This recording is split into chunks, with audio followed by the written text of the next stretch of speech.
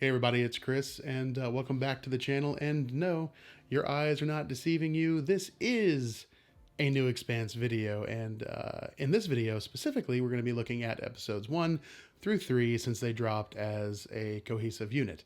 After this video, we'll be doing one video a week to cover the episode that just aired. So let's just jump in. Okay, so like I said, we're going to cover all three episodes, and I'm going to hit the highlights because the majority of these videos tracked really closely to the source material, so there's not a lot of deviation, but the times they did deviate were pretty big and pretty great, in my opinion, for the most part.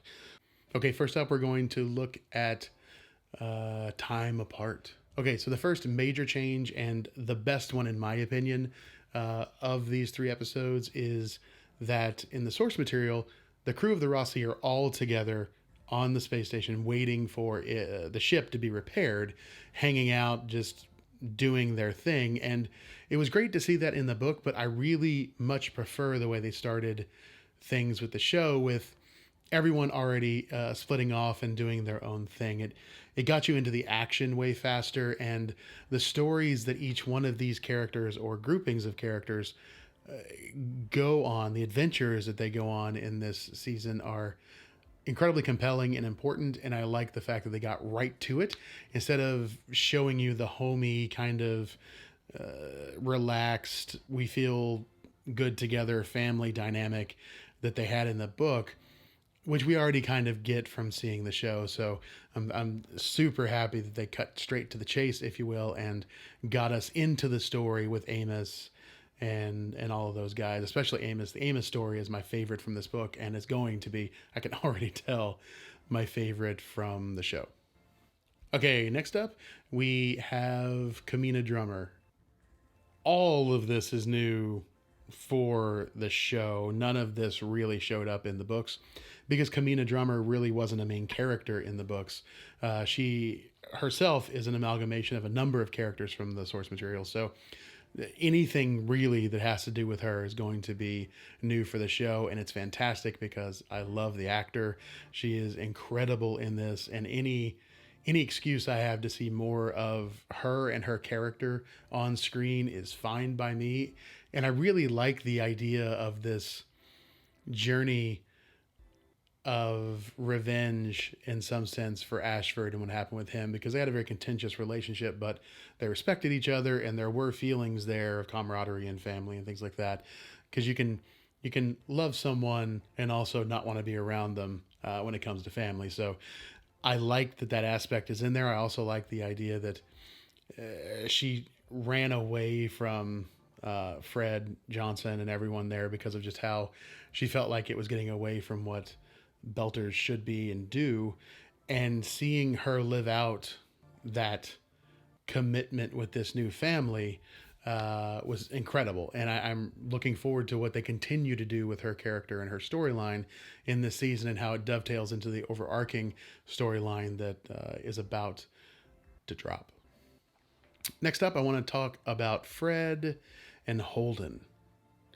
So one of the changes that it's interesting to me that they did for this season is the interaction between Holden and Fred. In the books, by this time, they have not become friends, but they're much more comfortable with each other and much more comrades than anything else.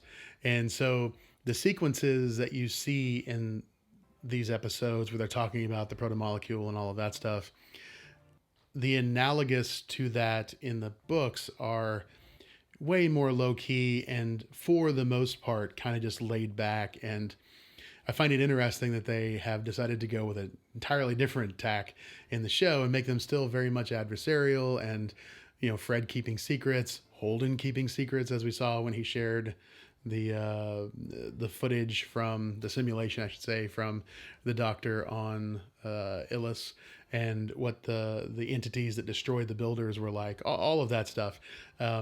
It's very interesting to me that they've kept them at odds for so long when it wasn't like that in the source material. And that can be interesting depending on how they decide to play out other plot points in the show coming up. So that was a really interesting change and definitely different from the source material. Okay, that's it for this video. Like I said, it's a short one because a lot of what happened in these 3 episodes was tracked so close to the novel that there's not a lot to talk about.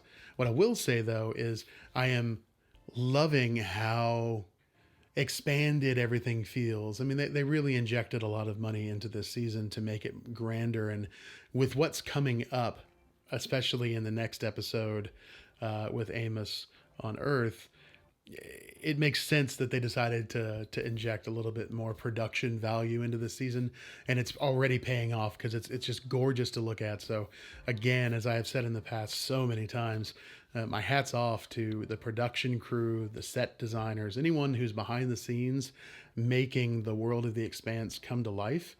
We do a lot of praise of the actors, and they deserve it because everyone in this cast is incredible. Amos, the actor who plays Amos, whose name escapes me right now, I'll put it down here, obviously.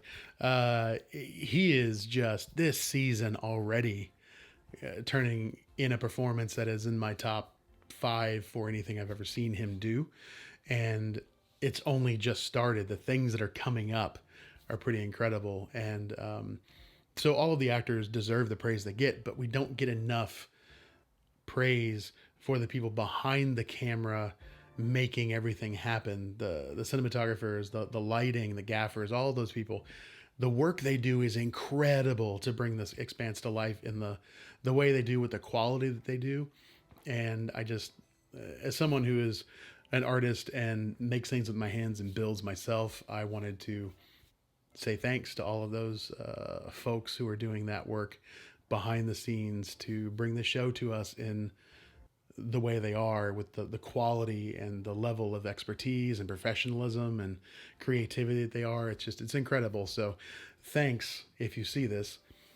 Okay, so the next video that covers episode 4 should be out, hopefully, what is today? Today is Thursday. By Saturday or Sunday.